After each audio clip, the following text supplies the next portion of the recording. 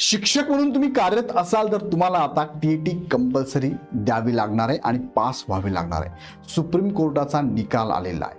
1 ते 8 वर्गासाठी तुम्ही जर शिक्षक म्हणून कार्यरत असाल तर यापुढे तुम्हाला शिक्षक हे पद टिकवण्यासाठी आणि पदोन्नती घेण्यासाठी टीईटीचा पेपर 1 किंवा पेपर 2 क्वालिफाय होणं गरजेचं असणार आहे। सो विद्यार्थी मित्रांनो, यापुढे तुम्हाला ज्या शिक्षकांचं रिटायरमेंटचं लाईफ हे 5 वर्ष किंवा 5 वर्षापेक्षा कमी आहे त्यांना मात्र कंपल्सरी नाही आहे। त्यांना रिटायरमेंट होईपर्यंत ते त्या पदावरती कार्यरत राहू शकतात। पण ज्या शिक्षकांचं 5 वर्षापेक्षा जास्त रिटायरमेंटचं लाईफ शिल्लक असेल त्या शिक्षकांना आता टीईटी कंपल्सरी असणार आहे। 9 ते 12 वर्गासाठी कंपल्सरी नाहीच आहे, 1 ते 8 वर्गासाठीच या शिक्षकांना कंपल्सरी आहे। एनसीटीचा नियम सुद्धा सांगतो, 2010ला त्यांनी सांगितलं होतं, त्यानुसार आता कोर्टाने हा निर्णय दिलेला आहे आणि 1 ते 8 वर्गांसाठी शिक्षक म्हणून तुम्ही असाल आणि तुमचं जर टीईटी तुम्ही क्वालिफाईड नसाल किंवा सीटीटी क्वालिफाईड नसाल, पेपर 1 आणि पेपर 2, सो तुम्हाला यापुढे त्याची तयारी करून ह्या एक्झाम द्याव्या लागणार आहे आणि क्वालिफाय व्हावं लागणार आहे।